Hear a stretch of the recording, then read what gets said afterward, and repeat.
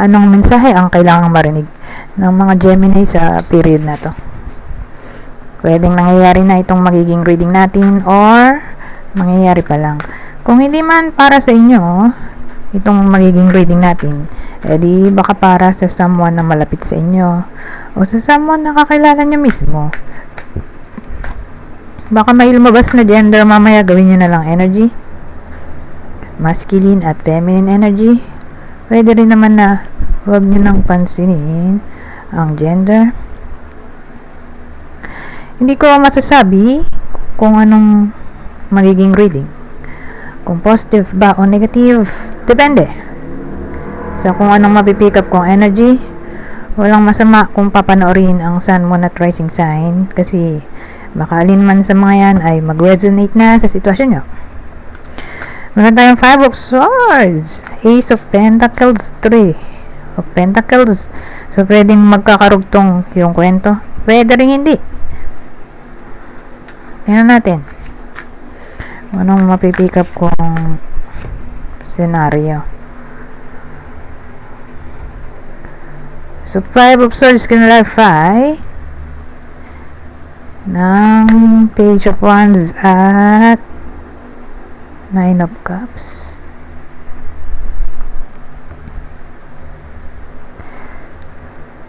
Teka, alisin ko lang tong ilaw. Ayan.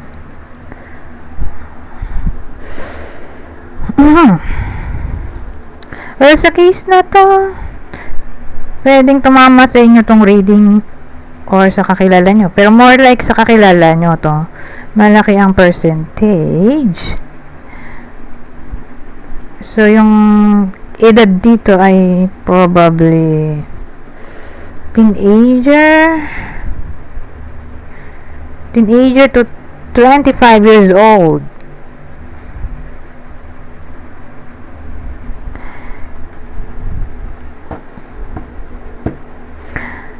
Kasi may 9 of Swords tayo eh.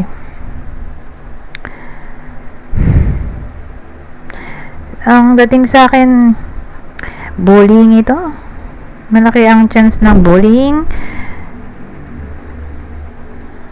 May encounter yung tao dito na destructive yung energy or draining energy.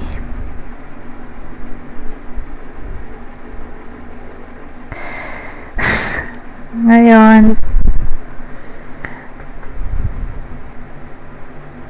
9 of, Page of Wands, 9 of Cups.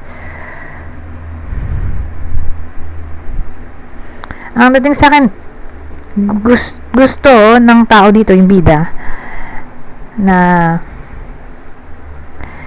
makalis na sa ganitong sitwasyon. Na, yun nga, feeling niya ay naapakan ng kanyang reputation, may dishonor na nangyayari.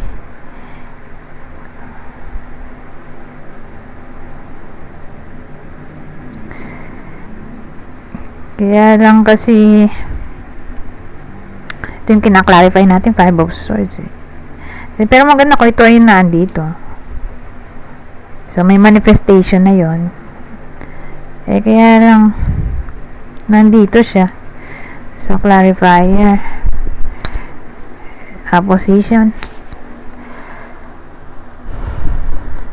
Kumbaga dinidesire niya ang peace of mind na finally makuha niya yung sense of comfort.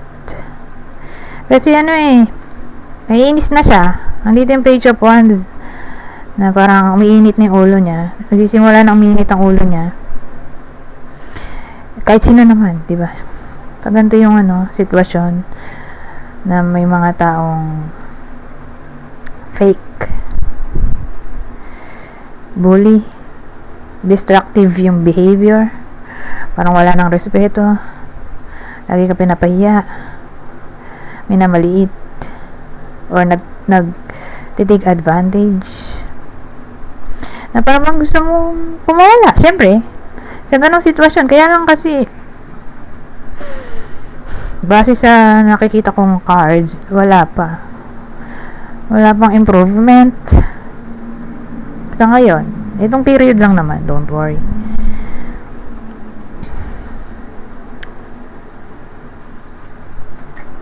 Kasi ito pa rin yung energy. Five of Swords pa rin. So, kung nangyayari na yan, edi ganun pa rin. Pero again, sa period lang naman na to. Kung hindi pa nangyayari, yun ang problema. Mamang problema pa lang, in short. Kasi may someone dito na parang gusto niya siya lagi bida, siya nasusunod, or willing siyang gumawa ng kalokohan, kasamaan, or dirty work para manalo. Ganun. Manalo sa gusto niyang mangyari, masunod lang siya. Anyways, lagyan natin ng clue para makapaganda. Diba? Ang Gemini, so ito yung possible zodiac sign ang person na tinutukoy ko dito sa reading na to. So iwasan na lang or habaan ng pasensya hanggat maaari, kasi nga di pa rin makakali sa ganitong sitwasyon. So yung possible zodiac sign ay alinman sa water sign, Cancer, Scorpio, Pisces. Ito naman the Empress ay Taurus, Libra.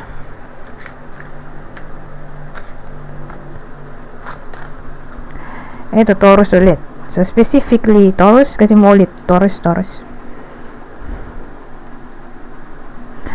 Ayan. Kung ganito, may kilala kayong ganyan yung zodiac sign, habaan ng pasensya at baka nga uminit ang ulo nyo sa taong yon na kinukwento ko dito sa reading.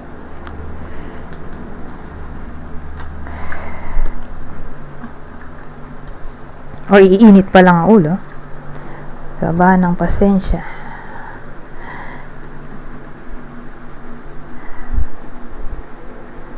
Ngayon, ay! Naitago ko lahat. Nakalimutan.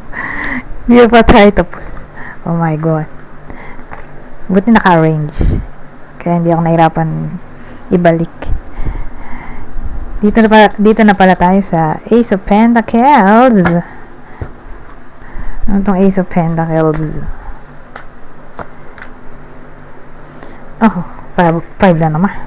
Pero this time, 5 of Cups.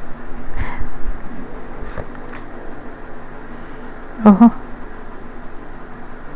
Ace of Pentacles, 5 of Cups, 6 of Pentacles. Ano ba yan? Magkarugtong ba?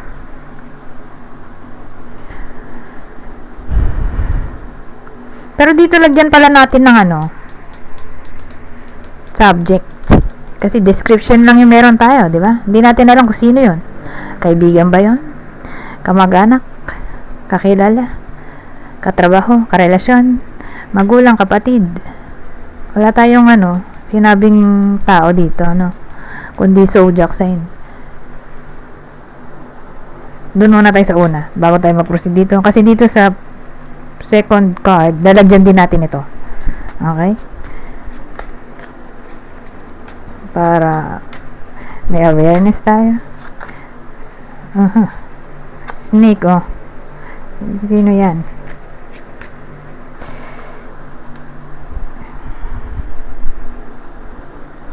So, dun sa kaninang tao na kailangang pagpasensyahan or iwasan, ay probably babae. May babae dun, oh. Babae, ano yan? Ka-workmate ba yan? Or kapitbahay? Kakilala? Kamag-anak? Kadugo? Sino yan?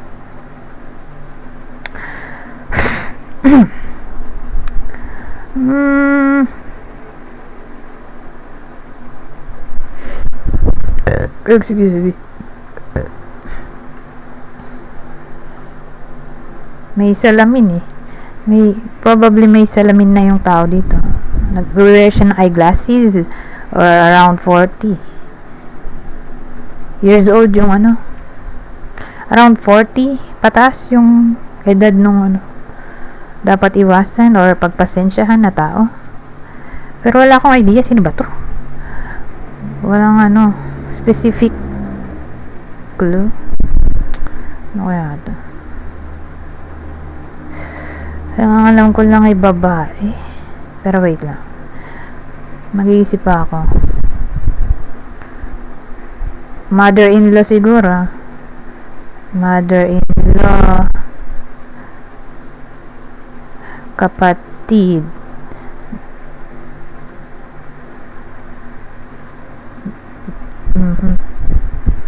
Teka, kapatid. Lahat na lang ng babae.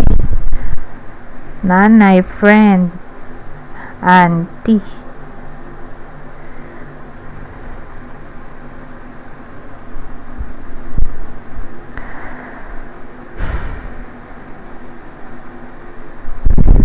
Babae in general talaga. Pero kapitbahay wala naman sa ano, binanggit ko. Or kakilala, more like ka-close. Ka-close ng iba sa inyo, tong tao. Or lagi nilang nakikita. Pero hindi siya yung ano, kakilala lang na parang walang closeness. More like ka-close to ng iba sa inyo.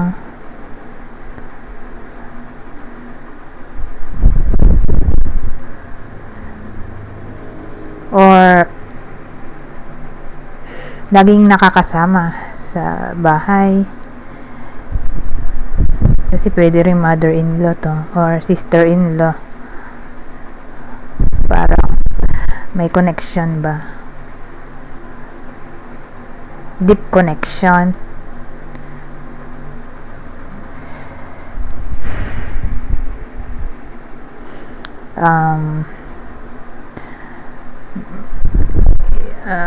May iba pa ba tayong clue? Pwede rin tong ano,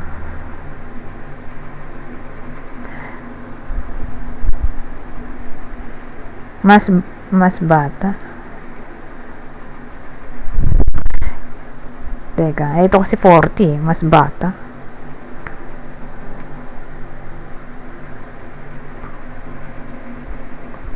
Depende, ito 40 years old ito mas bata naman. Sabagay, case to case basis naman dahil general reading ito. Mas bata kasi ito ito may edad, ito mas bata. Pero kung mas bata, sexy ito. Fit yung katawan, maskulado. Ito, maliit. Lower kasi maliit. Paano ba?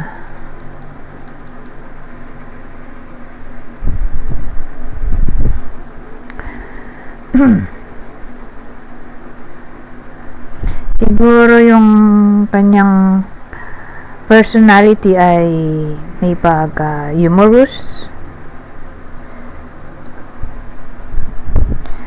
o baka nagwe-wear siya ng contact lens.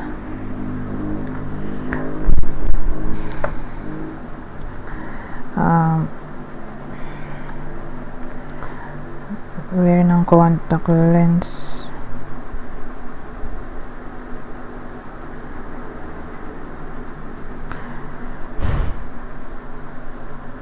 Or matalino, madiskarte. Anyways, dito na tayo sa susunod. Pero mag-stick ako sa gender na babae. Sige, ganito. Case to case basis kasi, di ba? General reading. Ito babae to, di ba? Pero ang babae 40 pataas. Ito lalaki. Kung lalaki man ay mas bata sa inyo or papalo yung edad niya ng ano, mas bata.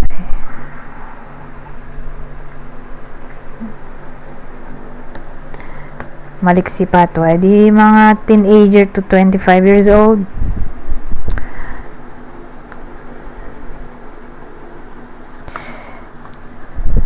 Ngayon,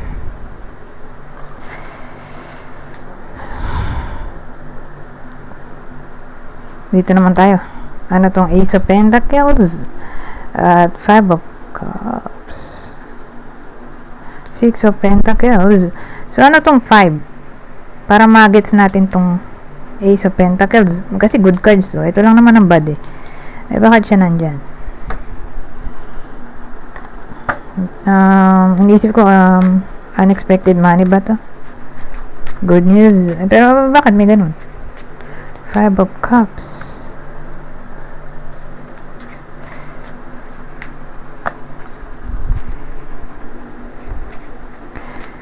Kasi maraming pwedeng meaning, pero dumoble ito.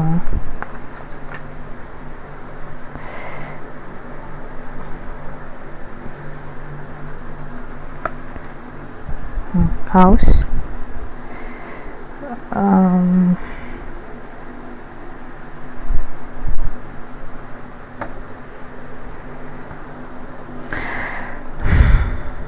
Bakit may Five of Cups?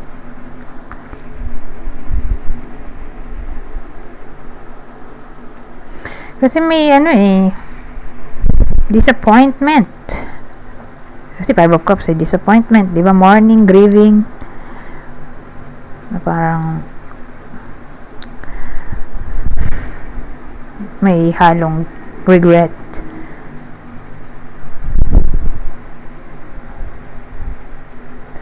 Anong nangyari? Ang ganda naman yung lumabas na cards. Paano ba ito?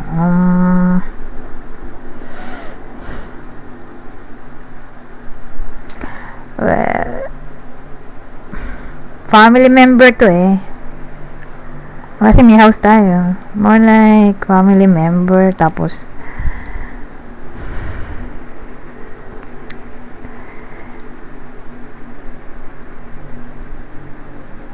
ang pinagugatan ng problema ay all about luho, overspending,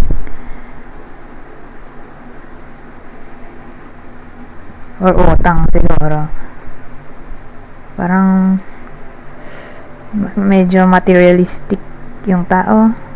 So yun yung behavior na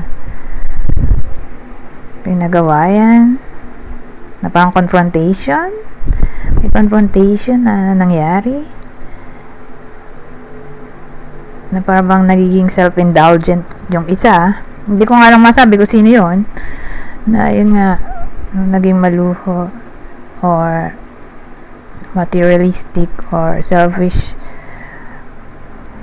or pwedeng utang to, nangungutang.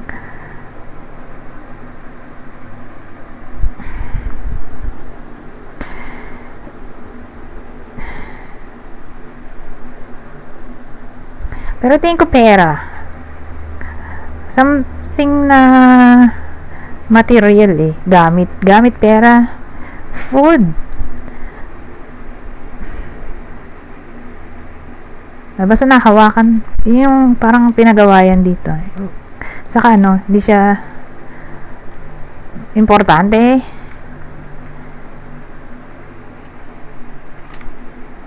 So, parang may confrontation na nangyari, or let's say constructive criticism.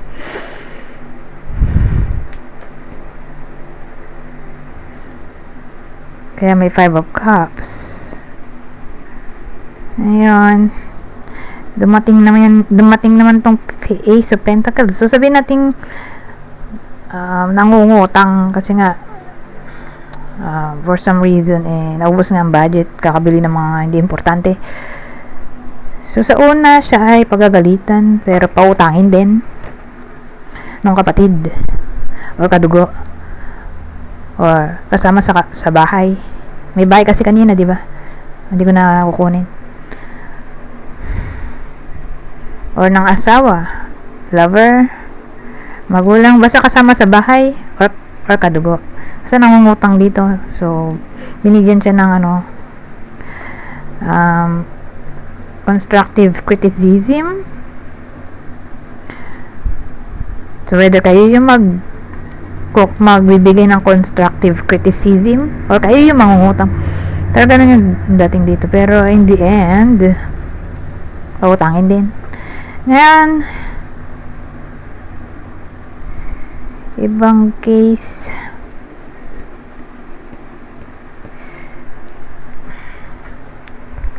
Ano maisip sa part na to eh. Kasi po okay naman siya. Ito lang nakita ko negative. Pero positive pa rin naman to.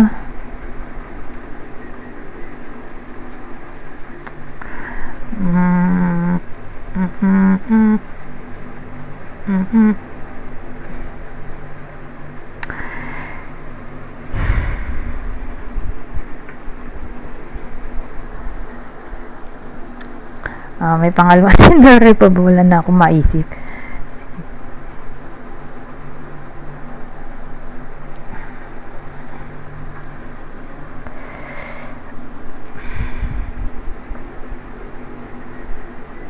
Wala, yun na lang siguro. Ang sakit sa ulo. Wala maisip ito kasi isip ko pera eh. Six of Pentacles ay blessing, small money, unexpected money, good news.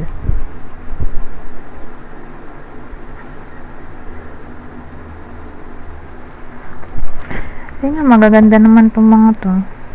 Or sabihin natin misunderstanding. Same people yung involved dito. Family members, asawa, lover, friend. O, isama na natin yung friend. O, dun lang iikot. Nagkaroon ng misunderstanding. Pero dito may reconciliation na maaaring mangyari. Pwede rin ganoon. Yun na yung pangalawa. Pangalawang scenario.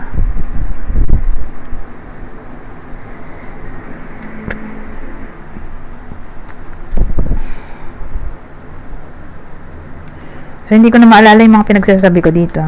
Hindi ko na alam tuloy kung mapagdurugtong ko, pero wag na natin pagdugtungin. Kasi mahaba na pala tong video natin. Di ko na talaga maalala. So, dito na tayo. So, Three of Pentacles. Ano yan?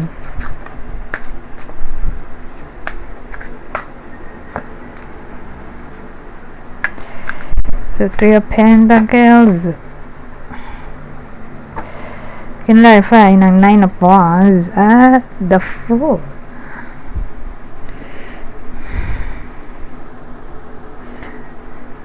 So, ano yung subject natin dito?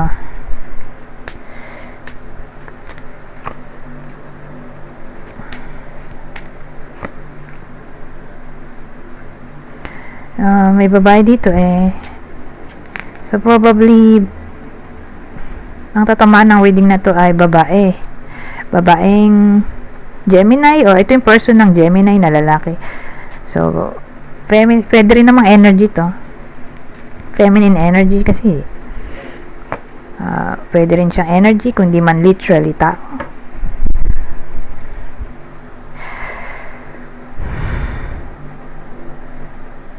So, Three of Pentacles, Nine of Wands, the Fool, dagdag na cards, Lilies, Woman, Stork. So, saan to? Three of Pentacles. Ang dating sa akin, boss to. Or ahead sa iba sa inyo. Pero more like boss. Ano siya, may pagka-expert. Leader, boss, manager, supervisor. Ahead siya talaga sa iba sa inyo. Dahil parang may position siya. So, applicable lang to sa mga may trabaho ngayon. Kung wala kayong trabaho, dun sa kakilala nyong malapit sa inyo na may trabaho. Like, anak, asawa, kapatid, o best friend. Na yun nga may trabaho dito kung wala mang trabaho yung Gemini. Kasi may iba na retired na eh. So, ang dating dito ay may teamwork naman, don't worry. Sa pagitan ng employee at boss.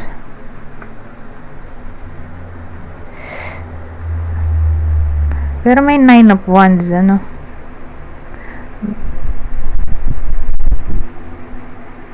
Ang dating sa akin, kaya siya nandyan. Nine of Wands. Kaya nilang protektahan ang sarili laban sa mapang-abusong boss. Kasi may mga ganong bully na boss. Nagpa-power trip or nagpapahirap. In a way na binibigyan ng trabaho. Maraming trabaho. Task. Ang mga taong di nila gusto. Or minsan tinatamad sila mag-work. Binibigay nila sa subordinate nila yung dapat na trabaho nila. Pero dito, kumbaga kayang i-depend ng bida. Ito yung bida, babae. Ang kanyang sarili. Para hindi siya ma-take advantage. Magiging, siya, strong. Kasi may the Fool tayo. Kasi yung the Fool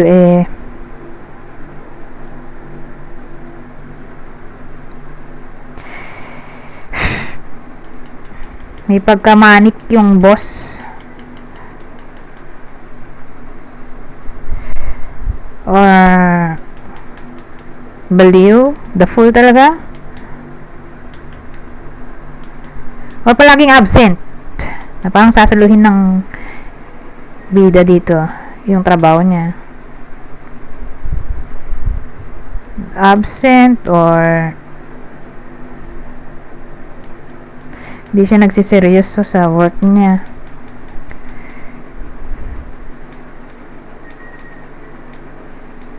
Or again, dine-delegate niya yung task niya sa iba. So, pag tinatamad siya, ganoon. Pagka toxic.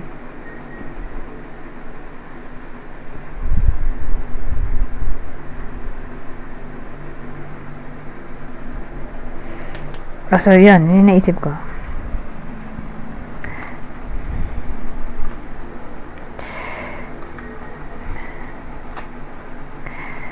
Anyways, mahaba na pala yung video natin. So, dahil mahaba na, 27 minutes na. Proceed na tayo dito sa last deck ko. Wala na yung deck na to. Kinulang na tayo sa oras. Dapat 22 minutes lang tayo. Pero at least, di ba, detalyado. Mas okay yun. Anyways, babasahin ko na lang tong message dito. Kunin nyo lang ang mensahe na sa tingin nyo ay fit sa sitwasyon nyo. Bali, general advice at prediction na tong message na kukunin ko sa period na to. So, sabi, be honest. Heart-to-heart conversations are necessary.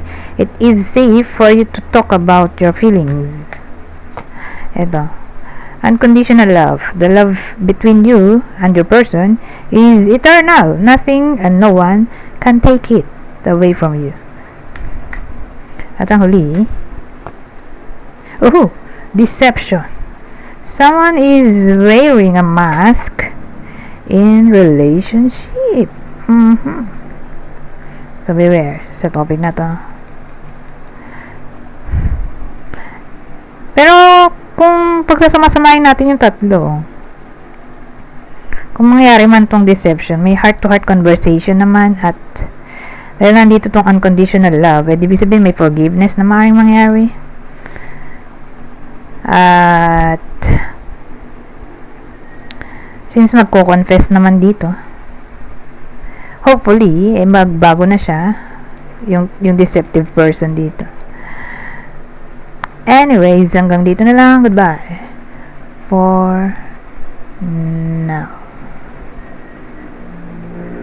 29 minutes na pala.